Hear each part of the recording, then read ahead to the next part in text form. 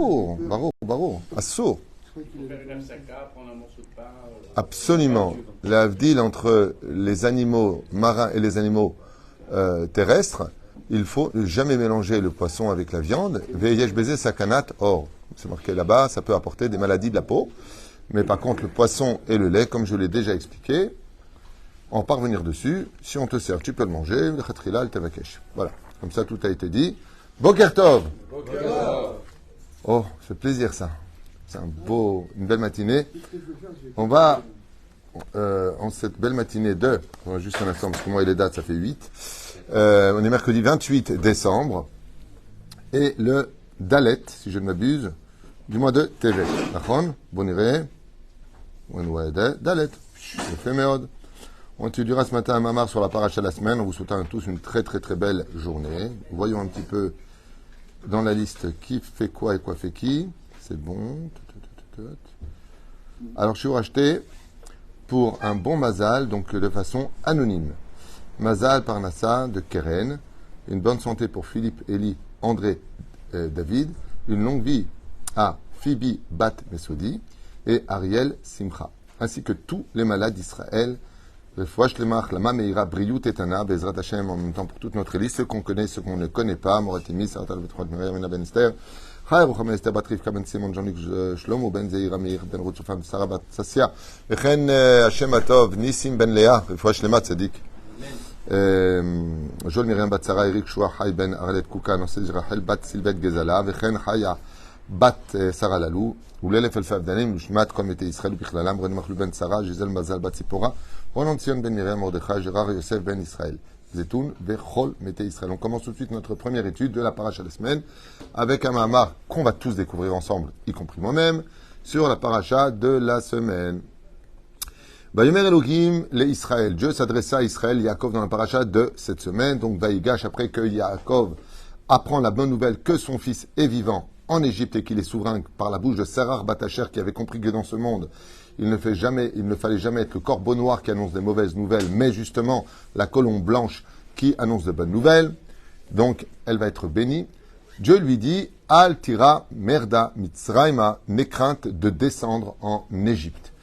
On voit ici que Yaakov a goûté à la galoute et qu'il a compris une chose, comme nous l'avons constaté dans maintes versets de la Bible, que la galoute est une punition à la base. C'est parce qu'on ne s'est pas bien comporté en Israël, comme c'est marqué dans la Torah elle-même, à maintes reprises dans le livre de Devarim, je vous disperserai parmi les nations du monde si vous ne faites pas ma volonté. C'est-à-dire, donc il a un problème avec la descente en Égypte. Il y en a qui m'ont dit, oui, le problème c'est qu'il avait peur d'être bien en Égypte et de s'y installer après. Parce que c'est vrai. Et c'est ce qui a eu lieu. Et c'est marrant que tu dis ça parce qu'effectivement, le Rav Tzvi ou Dakouk, le fils du Rav Kook, a rapporté un petit peu cette notion, même le Rav Zuckerman, Alayham Shalom, cette notion de qui leur a dit de rester. Et beaucoup de gens disent, c'est marqué qu'il devait rester en Égypte. C'est marqué nulle part l'Égypte. C'est marqué Ger Iye Zahara Be'eretz Lolahem, une terre qui n'est pas la leur. Et quand est-ce qu'Israël deviendra la nôtre? À Yoshua bin Nun. Donc, on aurait pu rester en Israël. Il y a eu un choix au sein des 12 tribus de rester à Goshen. Et pourquoi? La réponse est simple et répétitive. Parce que c'était une province qui était grasse, on manquait de rien, on pouvait étudier la Torah.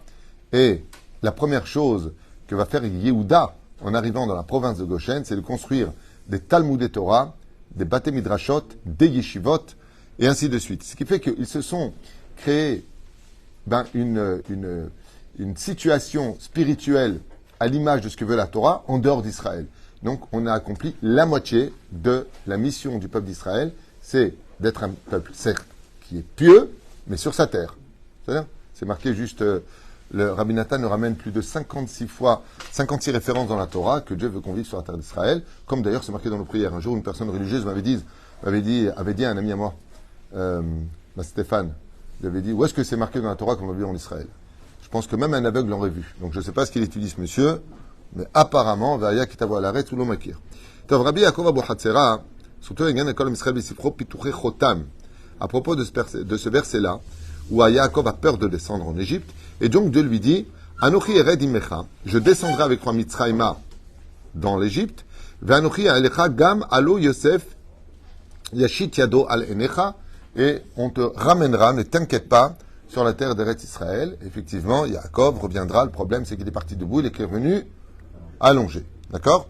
Mais ne t'inquiète pas, Yosef mettra, donc c'est lui qui fera le schéma Israël, patati patata. Bon, Biachad, quel enseignement nous donne ici pour cette belle matinée, Bezrat Hashem, en espérant la Géoula. Vous savez, tous les matins, je vous fais partager un petit peu ma vie privée, goutte par goutte, comme ça. Mais vous savez qu'on a une mitzvah d'attendre tous les jours le Mashiach. Et franchement, qui le fait? D'accord? Tous les jours, tous les matins, quand j'embrasse la mezouza avant de partir vers la Beth Knesset, je dis cette phrase, que Bezrat Hashem, od mekave she od ayom amin bemuna shlema sheavo ayom. La tête, au moins, il y a des chova pour au moins se faire la mitzvah de Behemet Hashem, j'attends Mashiach. Et bizarrement, tu te sens bien après, parce que s'il vient, ben, tu as les réponses à toutes tes questions, à Kolier Beseder. Bezrat Hashem, avec la Géoula, Bezrat Hashem sera là aujourd'hui. Comme ça te laisse passer une très bonne journée, malgré les tensions, malgré les difficultés. Parce que l'époque dans laquelle on vit est extrêmement difficile pour beaucoup de gens. Qu'elle soit dans tous les domaines. Et la reine, si on se lève le matin avec l'idée que d'ici ce soir, on aura la Géoula, et vous me dire, ouais, mais c'est passé, qu'est-ce qu'on fait, il n'y a pas eu, tu dis, ben, demain matin.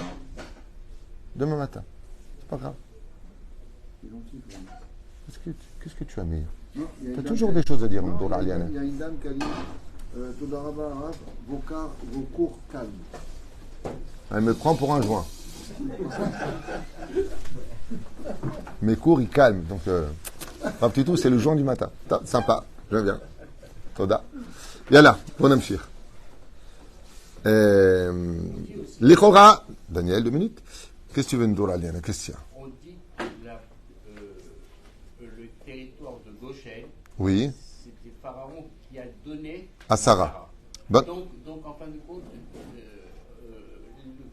tous les béné Israël, ils ont été, entre guillemets, chez eux.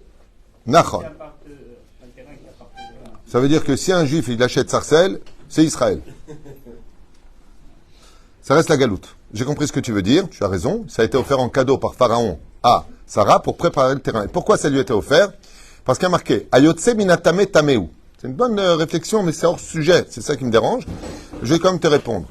Ayotse minatame tameu. Pharaon était impur. Donc, s'il avait donné sa province à lui, il aurait eu une influence de l'impureté sur celui qui. Donc, qu'est-ce que Dieu a fait? Il a fait en sorte que dans le cœur de Pharaon grandisse une espèce de on va dire, les hormones sont un peu montées un peu haut, au point de lui donner la province la plus belle d'Égypte, qui était Goshen. Étant donné qu'elle devient la propriété de Sarah, Ayotse minakdosha kadoshu. Et donc, maintenant, la province de Goshen n'allait pas influencer sur l'assimilation. C'est la différence. C'est pour ça qu'il faut toujours faire une Chanukah Bait en Israël comme en Galoute, de telle façon à ce que cette Chanukah Bait vienne comme les archers nettoyer, si tu veux, l'empreinte de celui qui était avant. On ne sait jamais ce qui s'est passé dans cette maison, manque de respect, débauche, tout ce qu'on peut imaginer de pire. Ou alors, dans le sens contraire, on a vu beaucoup de miracles de gens qui sont venus s'installer dans des maisons de tzadikim, et c'est très important d'essayer de posséder quelque chose qu'a un tzadik. Pourquoi? Parce que, avec l'aide d'Hachem, eh bien, l'influence de la Gdusha influence sur lui. Ce qui fait qu'à Goshen, okay, étant donné que c'est devenu la propriété de Sarah, Sarah y a déposé ses étincelles de Gdusha. Ce qui fait que tout celui qui restait à Goshen restait protégé, gardait un nom hébreu, parlait l'hébreu, des habits de juif. Comme ça dit les Chachamim. Chazak. Évitez de m'interrompre la prochaine fois, Yatik Oujik. Et donc, l'Ichora Yesh, les Avin, donc Rabbi Yaakov Abu Hatzera, il dit, Madoua Pachad Yaakov Avinu. Alors c'est la grande question, pourquoi Yaakov a-t-il eu peur de descendre en Égypte? Mais Maou Choshesh Kolkar. De quoi il a eu peur? Après toute ta vie, tu as vu que Dieu était avec toi. Ce serait très gênant d'une personne, comme le dit d'ailleurs le Chachamim, celui qui mange aujourd'hui et qui dit « Mais qu'est-ce que je vais manger demain ?» fait partie des gens qui ont tellement peu d'émouna. Arrête, Dieu, il t'a oublié, qu'il t'a jamais laissé, même dans les moments les pires de ta vie, tu as quand même mangé, tu as quand même remonté un peu la pente, tu as toujours eu le miracle de dernière seconde. Alors arrête de t'inquiéter. Là, on ne parle pas de nous. Nous, on est humains, la vérité avec des qualités et des défauts. On parle de Yaakov Avinu, là. De quoi il a peur? De quoi il a peur? De descendre en Égypte. Alors on l'a dit, encore une fois, il a peur de devenir un religieux qui oublie sa terre. Peut-être. Rabbi Yaakov Abu Hatzera, on va voir ce que lui. T'as une idée à vie? Hein? Yaakov, il a peur de la débauche. Non, alors je t'explique. Yaakov, son Yetzerara, c'est un petit caniche en laisse avec une muselière. Il n'a aucun problème avec ça, Yaakov. Il y a même marqué que pour lui, la mitzvah des 613 mitzvot, la plus dure de toutes les mitzvot, ouais, c'était d'aller avec son épouse. Pour lui, c'était vraiment les Shem Shamaim. Tellement il était loin, loin de ça. C'est pas notre cas. Non. Alors, Alma ou Prinat Ervat Haaretz Yesh Batum Akasha Umala'a Ibavodat Elilim Vechishufim. Il a peur malgré tout de l'influence des clipotes. Et pourquoi c'est si grave l'influence des clipotes? Je vous redis les trois mots utilisés par Rabbi Yaakov Abu Hatzera. La touma était respirable dans l'atmosphère, petit 1. Ensuite, la débauche venait te chercher là où tu étais, un peu comme les portables aujourd'hui dans toutes les maisons. Tu n'as pas besoin d'y aller, il est dans ta poche. Et pour finir, c'était un pays où la sorcellerie et les incantations démoniaques, c'est-à-dire le Ouija là-bas, ça a été inventé en Égypte, quelque part. Je ne sais pas si c'est vrai ce que je dis, peu importe. Mais pour vous donner l'idée, quand on parle des chiens d'Égypte, vous avez d'ailleurs dans les hiéroglyphes comme ça, vous voyez des loups humains. D'accord? Très bizarre. Hein? Ken, pas que ça. Anubis, exactement. Eh bien ça, c'est des démons. D'accord? C'est marqué noir sur blanc que la majeure partie des Shindalet ont des apparences. Ils peuvent prendre des apparences humaines et autres, mais ils peuvent prendre l'apparence, leur vraie apparence, c'est chien Mézikim. C'est marqué là-bas d'ailleurs, dans le roi David dans le Télim, il dit dans la crainte de descendre dans la tombe avec ces chiens qui me tournent autour. C'est ça? C'est pour ça qu'il y a marqué que les chiens prévenaient. C'est ça? Tovlom Méchané. Mais de quoi il a eu peur? Des Kishoufim. Eh oui, parce que tu peux être tout à fait un homme très pieux, comme j'ai connu une fois une personne qui était plutôt religieuse, et qui est rentrée dans une famille. Et la famille, quand ils ont vu que c'était un bon parti, ils lui ont mis du sang de Nida dans son plat. Ce qui fait que cette personne n'était plus... non, pas simplement plus pure, elle était complètement soumise à toutes les volontés de cette femme.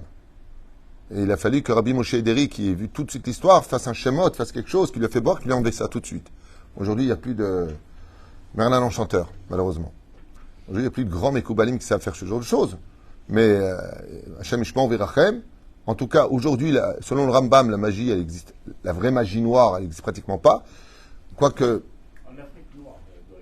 En Afrique noire, c'est sûr qu'au pôle Nord, ils sont moins. Mais... Nachon, Atatsodek. Moi, j'ai quand même vu des vidéos où je peux vous affirmer que par rapport à ce que j'étudie, la sorcellerie existe. Hein. Et la sorcellerie aujourd'hui la plus proche de celle qu'on peut constater dans les livres antiques, c'est le vaudou. Le vaudou, c'est ma mage de la vraie sorcellerie. Il faut faire vraiment très attention. D'accord? Hein? Le Rambam, il dit, c'est la date du Rambam. Il y a plusieurs choses avec le Rambam que j'ai du mal à comprendre. C'est-à-dire que j'aimerais bien lui poser des questions, pas pour le juger, mais pour comprendre. Le Rambam, c'est Kodesh Kodashim, qui peut parler de lui? Mais je n'arrive pas à comprendre. Il dit que la sorcellerie, c'est des ch'touillottes. C'est des bêtises. Il n'y a pas de sorcellerie. Et pourtant, on peut très facilement prouver le contraire. Hein. Je peux te dire qu'il y a des gens avec qui on leur a pris un vêtement, on a mis un cadenas, on l'a fermé dedans, et beaucoup d'Arabes au Maroc savent très bien le faire. Et je peux te dire que je connais des gens qui ont eu leur mazal, qui ont été bloqués pendant des années et des années. Tout s'est arrêté du jour au lendemain. Et que, voilà quoi. L'EDR. Je suis un peu embêté avec ça. J'ai un ami qui s'appelle Clément, qui a subi, et sa femme m'a témoigné d'une sorcellerie qu'on leur a fait, avec des choses vraiment dignes des films d'horreur les plus dramatiques. Donc, je ne veux pas parler de ça, c'est pas le sujet. Hein. On dit que j'étais un calmant du matin, j'ai remis une rassera à cause de vous. En tout cas, ici, de quoi il a eu peur? Il y a des choses qui sont dépendantes de toi. Par exemple, l'histoire, l'élève de le Maharou. Le Maharou, c'est les initiales de Rabbi Chaim Vital. C'était l'élève du Harizal. Une fois, il est passé par un endroit où il y a eu des incantations avec le Ouija. Si un seul Ouija, est-ce que tu es là, esprit machin? C'est pas souvent des esprits qui viennent, c'est souvent des morts, mais ça peut être aussi des Shindalet. Ouais. Et lui, il est passé par là. Quand il est passé par là, il s'est moqué de ce qu'il voyait par la fenêtre. Le Shindalet, il lui a couru derrière. Quand il a couru derrière, on parle de Rabbi Chaim Vital, celui qui a écrit le Etzraïm. On parle pas n'importe qui, on parle de Gdolador. Kodesh Kodashim, Ireshamim Betachlit. Ouais. Il a tout fait pour s'en débarrasser, il n'a pas réussi. À la fin, qu'est-ce qu'il a fait? Comme il voyait qu'il voulait la tziklo, lui faire du mal, il est parti chez le Harizal, son maître. Et le Harizal, Bigdushato, Taurato, d'un seul geste, il a dit au démon de retourner immédiatement dans sa niche. Dégage. Il lui a dit, fais très attention. Pourquoi je vous raconte cette petite histoire que même les tzadikim doivent faire attention. Sauf quand ils ont un niveau extrêmement élevé, comme Rabbi Shimon Bar Yochai, lui me tue, lui, Rabbi Shimon Bar Yochai. Il dit, bon, t'as un problème. Michael, t'es libre. Ah, tu es occupé. Gabriel, t'es occupé. Bon, viens ici, Shindalet, viens, va. Extraordinaire, Rabbi Shimon Yochai. Il donnait des ordres aux anges, aux démons. Rabbi Shimon. Le Baal Shem Tov, pareil. Le Maharsha Akadosh. Eze Kedosh Elion. Le Maharoua, il y a Kodesh Kodashim. Seulement, Assur Lidgarot. On n'a pas le droit de les provoquer, on n'a pas le droit de. La reine Ken Zekayam va dire, bien sûr que ça existe. Bien sûr que ça existe, la sorcellerie. Bien sûr que Hashem Shmon Virachem. Il y a beaucoup de gens qui jouent avec ce genre de choses pour essayer d'améliorer leur vie ou faire du mal aux autres. Mais, comme je vous l'ai déjà dit plusieurs fois, les Shindalet, les démons, c'est comme la mafia. Tu les appelles pour qu'ils t'aident, ils t'ont repéré, tu fais partie de l'équipe. Ils viendront te taxer. Sur la différence, c'est que eux, c'est de ton vivant et de ta mort. D'où l'importance de ne pas toucher à la sorcellerie, bichlal. S'éloigner de ces gens-là.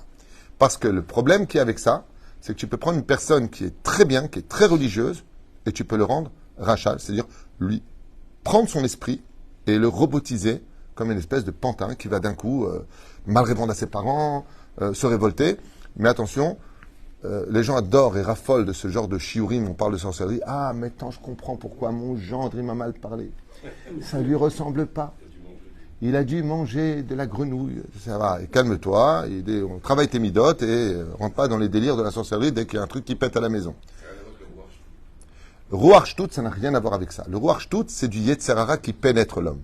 Mais à un autre degré, oui, ça a à voir. Si tu parles de Touma, c'est Ruach Shtut. Par exemple, Rabbi Nachman, comme je vous l'ai déjà dit, il dit, tu passes dans un endroit où il y a du Lashon Hara, tu feras 10 mètres, t'en feras. Parce que tu as respiré de ça. Et c'est de ça dont il a peur. Il dit, le problème, par exemple, la phrase que je vais dire est très dure. Mais c'est marqué, donc je ne veux pas mettre des gants pour vous faire plaisir. C'est marqué comme ça. Celui qui laisse ses enfants chez des gens qui n'ont pas de crainte du ciel, c'est comme s'il les a assassinés. C'est traduit de l'hébreu au français. Pourquoi? Parce que s'ils ne craignent pas le ciel, ils s'en fichent de Gan Eden, Guinam, Din, Vechishbon, des comptes qu'ils vont rendre. Tu laisses ton fils à ces gens-là. Ben, résultat des courses. T'étonnes pas qu'ils vont lui donner des choses qui risquent de ne pas être cachères, ou de dire des mots mal élevés, ou. Comme tu mets ton enfant, il n'y a pas de crainte du ciel. Comme je le dis souvent aujourd'hui, la première priorité de la Teshuvah, c'est pas de connaître le Talmud par cœur. Il faut arrêter avec ce côté Mister Google. Le but de la Teshuvah, c'est la crainte du ciel. C'est le but de la Teshuvah. Celui qui n'a pas de crainte du ciel ressemble à une personne qui a le trousseau de clés, peut-être de toutes les portes. Il connaît la Kabbalah de Santera de Bâle. Il connaît tout ça. Hein. Attention, je connais le Yud Kevavke, comme machin, un truc chouette. Mais ce qu'il a oublié, c'est que la clé qui mène à ce château où il a toutes les pièces intérieures, il ne l'a pas. Ce qui peut permettre de rentrer dans la profonde étude de l'intelligence et de la sagesse de la Torah, c'est la crainte du ciel, comme d'ailleurs le dit le Teilim 111, verset 10, Reshit Chochma Irat Hashem. Au Rabbi Hanina Mendoza, dans Mishnah Tet, Perek Shlishi de Masechet Avot, Kol She'irat Cheto, Kodemet le Chochmato, Chochmato Mitkayemet. Tant que tu as de la crainte du ciel, avant de commencer à mettre ton intelligence et ta logique, ta Teshuvah, elle tiendra. Ta Chochma, elle tiendra. Et la reine, le but de ce monde, c'est l'Irat Hashem. Qu'est-ce qui peut faire tomber un homme de Seirat Shamaïm? C'est pour ça que c'est pas simplement le fait d'être pieux, d'étudier la Torah. On doit prier toute notre vie de ne pas avoir de mauvaise fréquentation, de ne pas s'asseoir là où il ne faut pas. Vraiment, un homme doit être très vigilant. Ce qui va créer d'ailleurs les ghettos religieux. Les religieux qui s'enferment à Mehacharim, à Arnof, à Gimel, à Zaïn. Eux, ce qu'ils essaient de faire, c'est que, d'une certaine façon, de protéger leurs enfants de mauvaises influences ou de mauvaises choses. Est-ce que c'est condamnable? Non. D'abord, il faut ce qu'il veut. On est en démocratie, à ce qui paraît. Donc chacun fait ce qu'il veut. C'est juste que ce serait bien si la mairie, elle pouvait donner les mêmes services dans ces quartiers-là que dans les autres quartiers. Quoi. Je ne parle pas d'Idalja, je parle de toutes les villes. Souvent, ils sont mouznachim là-bas. Tov, on va faire peut-être ce chiour, j'en avais deux à faire, Yetikoujik. Rabbi Touma Kasha. Et c'est de ça, et de quoi? Des kishoufim, Elilim et kishoufim. Il a eu peur de quoi? Il dit, d'accord, mes enfants, ils vont rester dans la Torah. Mais l'air Teda, qu'est-ce qu'ils vont pas leur mettre à la cantine? Qu'est-ce qu'ils vont pas leur mettre à droite et à gauche? Shemishmor. Chashash Yaakov Avinu la redet el eret mitzrayim mipnei shekol hakochot hatuma itkapsu baou al tocho. Car dans l'Égypte, explique Rabbi Yaakov Portera, toutes les sorcelleries de tous les pays étaient réunies là-bas. À quel écart qu'ils ont fait? Ils ont créé ils étaient forts en Égypte. L'université des sorciers. Qu'on appelait Khartoumim, non pas Harry Potter. Mazé les Khartoumim, c'était les sorciers d'Égypte, spécialisés dans toutes les sorcelleries. À un tel point que quand Moshe est venu avec les 10 plaies, ils étaient morts de rire, quoi, le bâton en serpent. C'était comique. Allez, tiens mon fils, montre-lui comment nous on sait faire ça aussi. C'était du comique. Et au début, ils ont pensé que Moshe était vraiment... il y a Harry Potter et l'autre, comment il s'appelle le doyen? Dumbledore. Trumpledore. Dumbledore, ok. Ils ont dit, tiens, ça c'est Dumbledore alors. Umeidach, כאשר יוסף הצדיק התגבר על יצרו ועמד בניסיון הקשה מול אשת פוטיפר, quand maintenant Yosef Hatzadik il dit, papa, malgré tout, on peut rester un grand tzaddik, même dans cet endroit-là. La preuve en est, je suis Yosef Hatzadik. Et voilà que la femme de Poutifera, pourquoi il parle de la femme de Poutifera? Parce que ce que vous ignorez peut-être, c'est que cette femme, non seulement elle était belle, mais elle n'a pas cessé de faire des incantations de démons. Et qu'est-ce qu'a fait Yosef Hatzadik? Peut-être que vous ne savez pas, c'est marqué dans Otsar Pelaot Torah.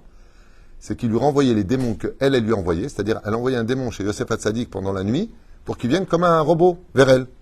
Et qu'est-ce que faisait Yosef Hatzadik? Grâce à la Torah, vous savez que pour s'asseoir au Sanhedrin, Maseret Makot, vous avez étudié, pour s'asseoir au Sanhedrin, ou Maseret Sanhedrin elle-même, qu'est-ce que devaient savoir automatiquement les 120 membres du Sanhedrin? La sorcellerie. D'accord? Oui, mais ils devaient la savoir. Ce qui fait que quand il lui envoyait, elle, la femme de Poutifera, un démon, il venait voir Yosef pour le peu d'heures où il se reposait, il disait « Confiance, crois en moi ». Qu'est-ce qu'il faisait Yosef Hatzadik? Vous n'allez pas me croire. Il donnait un ordre à ce même démon qu'elle lui a envoyé de se transformer en lui pour qu'elle aille le rejoindre. Ce qui fait qu'elle était contente, elle. D'où elle a eu l'idée de lui dire « Viens ». Parce que Yosef Hatzadik, pendant cette année, il lui a envoyé un shed, comme l'a fait Esther, avec un Hachvérosh. Ben, t'es pas au courant? En ce moment, le courant, il coûte cher. Hein. Donc, qu'est-ce qu'il lui a dit? Il n'y a pas de problème de la Castiglianos. Avalos, yesh pas problemos. Quand on se réfère à Rabbi Avram Azoulay, il dit que Yosef Hatzadik, il s'est protégé de la sorcellerie, car il ne mettait que des vêtements de lin blanc, sans rien dessus. Et on sait que celui qui porte du lin blanc naturel, sans rien, ni slip, ni quoi que ce soit, Shum Davar sur lui, ni l'Ainara ne peut le toucher, ni la sorcellerie ne peut l'atteindre. Il y a plusieurs références à cela. Donc Rabbi Avraham Zohar, la référence aussi, vous l'avez dans la Gemara, que de porter un lin blanc. C'est pour ça que même pour nos morts, ça coûte aujourd'hui 260 shekels, il faut demander pendant qu'il le lave de lui mettre un pyjama de lin blanc. Ce qui fait que même les anges accusateurs ne s'approchent pas de lui. D'où l'importance de posséder ça. Quelqu'un, si tu veux vraiment savoir si ton problème est dans la sorcellerie, achète du lin blanc, pur 100% blanc, mets-le sur toi, sans rien. 100% blanc, sans chaussures, sans rien. Même une chaîne en or annule ces goûts-là. Et d'où est-ce qu'on apprend ça? Il y a Sam Ravit Azahav. Quand Yosef Hatzadik s'est présenté, on lui a mis des habits. Qu'est-ce qu'il a demandé comme habit? Il a dit, oulala, je vais chez Pharaon, le roi des sorciers. Mettez-moi des vêtements de lin blanc. Quand il a vu ça, Pharaon, il a dit, mince, il connaît le secret lui aussi. Il est habillé en blanc, Pharaon. Et il a pris une chaîne en or, le ravit, il l'a mis autour du cou. Pour lui annuler cette protection. Alors Yosef Hatzadik, il a regardé comme ça, lui dit non, ça c'est la Ishtadout. Il a donné 2 versets, dont Teilim 91, Yoshev Veseter Elion. Pour rendre la sorcellerie, c'est Teilim 91. Yoshev Veseter Elion et le Shem Membet. Il faut prononcer Ana Bechoar. C'est les 2 choses qui éloignent toutes les sorcelleries d'une maison et toutes les mauvaises choses. Yoshev Seternion, Bestel Shaddai Tonan. Là-bas, il y a des codes de Dieu extrêmement puissants, ou le Zohar HaKadosh, de dire de l'araméen. Tav le Méchan, c'est pas un cours sur la sorcellerie, c'est juste. Hein? Tzadik Aleph, Ken. Je viens de dire. Exactement. Tzadik Aleph, ça veut dire sort. Tse. Tzadik Aleph. Ken. Hazak ou Balo. Qu'est-ce qu'il y a? Ça vous intéresse? Voilà, dès qu'on parle de sorcellerie, tout le monde. Je savais, c'est ma belle-mère. ומאידך כאשר יוסף הצדיק גבר על יצחו, למד ניסיון, הקשה מול אשת פוטיפר, בשכר זאת הוסיף לו הקדוש ברוך הוא אות ה' לשמו. Pourquoi אות ה'? אות ה', il dit le Chida Kadosh, qu'une des plus graves sorcelleries qui existe et qui par contre est constante, qui n'est pas dépendante des démons, c'est l'Ainara. Et la lettre He, Hamsha. C'est très important, dit le Chida, si tu veux pas avoir d'Ainara sur toi, tu prends une petite plaque en argent, 925 sterling, 100%, tu fais graver la lettre He, que tu portes sur toi, dans ton porte-monnaie sur toi, ça enlève la Inara. Et la Inara, ça fait de gros dégâts. Hein? Chai, c'est 8. Chai, c'est pour les Tunisiens. Quand ils veulent frimer, ils ouvrent la chemise, ils ont les poils comme ça, ils mettent un gros chai dessus. Comme ça fait Nefesh Roi Chai Medaber. C'est non? Ume'ata Nikra, non pas, comment va s'appeler Yosef, qui va réussir? Non pas Yosef, mais Yehosef. Vous savez que Yosef aura 3 noms dans la Torah. Yosef, Safnan Paneach, Yehosef. Et personne n'appelle son fils Yehosef. C'est vrai que ça fait un peu indien. Yehosef, non David. Comme Amar Apasouk, des Teilim, Pealef, et d'autres Bi-Hosef. Dans les Teilim, le roi David l'appelle pas simplement Yosef, mais Bi-Hosef. Donc Bi-Hosef, en d'autres termes, il le rappelle avec son nom-là. Samoud Betseto al Eretz Mitzraim.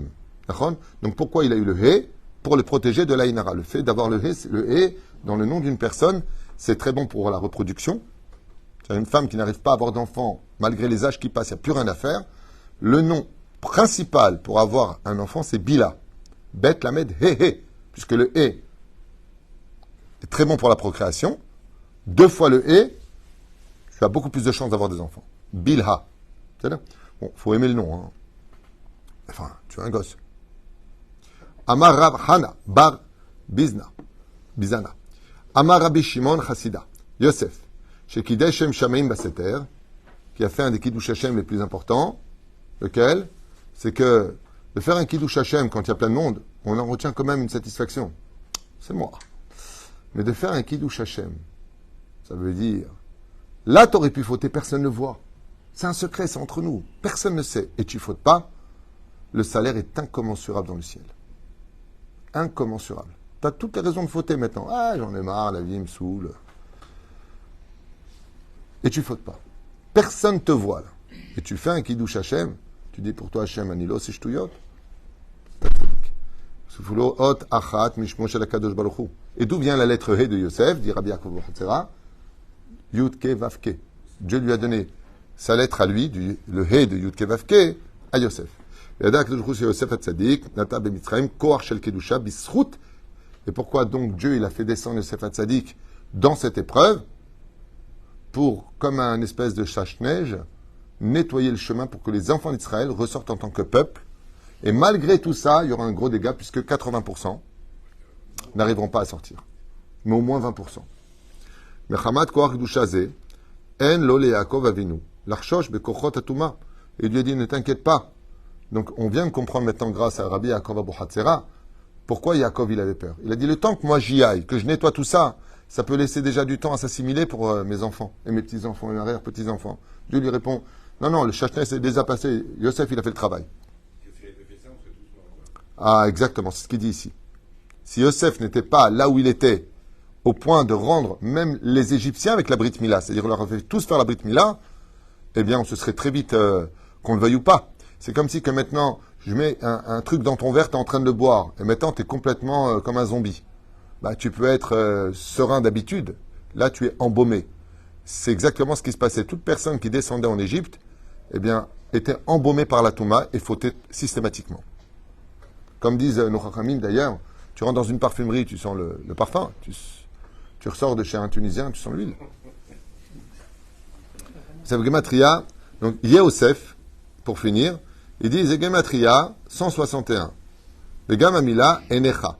Comme la gematria du mot, tes yeux. Donc, Yehosef et tes yeux, c'est les mêmes. Ne crains, dit Dieu à Yaakov de descendre en Égypte. Yosef yashit yado alenecha. Car Yosef posera sa main sur tes yeux. Klomar Yosef atzadik, shezachal et ikare Yehosef. Nirmaz bemila enecha. C'est pour ça que Yosef gematria tes yeux. Shebisrut eno lakshot milerdat mitzraim. De là, on apprendra qu'en réalité, il suffit simplement dans la vie, pour ne pas fauter, de protéger un seul membre de ton corps. Garde tes yeux, tu ne faudras pas. Garde pas tes yeux, t'es foutu. C'est pas compliqué. Tout va dépendre de tes yeux. C'est pour ça qu'il lui dit, maintenant que tu as protégé tes yeux de ne pas voir la femme de Poutiféra, de ne pas, Dieu lui a rajouté le He. Et qu'est-ce que je vous ai dit tout à l'heure? Le Chida, il dit que le He, c'est la lettre qui sauve de Aïnara. D'accord? En réalité, la Inara ne vient que chez ceux qui ne protègent pas assez bien leurs yeux de ce que possèdent les uns et les autres. Fais attention. Plus tu es humble, plus tu protèges tes yeux, plus tu monteras dans le mazal et dans la vie. Et plus on t'observera.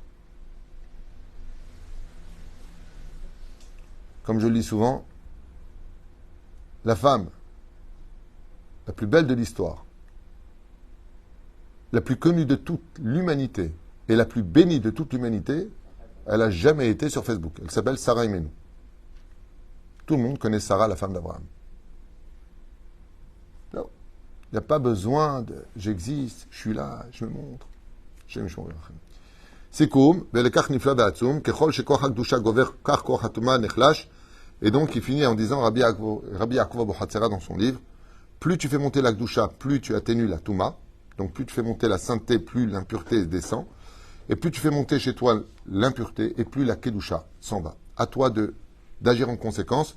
Le Chovatem la tête Oz Elokim, et c'est pour cela que dit Rabbi Yaakov Abu Hatzera, Dieu nous a donné la Torah pour être la corde qui nous montre, qui arrivera à nous faire monter du puits dans lequel nous vivons toute notre vie, à vivre ce mal de vivre, ce malaise, à cause des clipotes qui nous entourent. Voilà. Baruch Adonai Olam Amen Amen pour ce premier shiur. Kol Tov. Merci.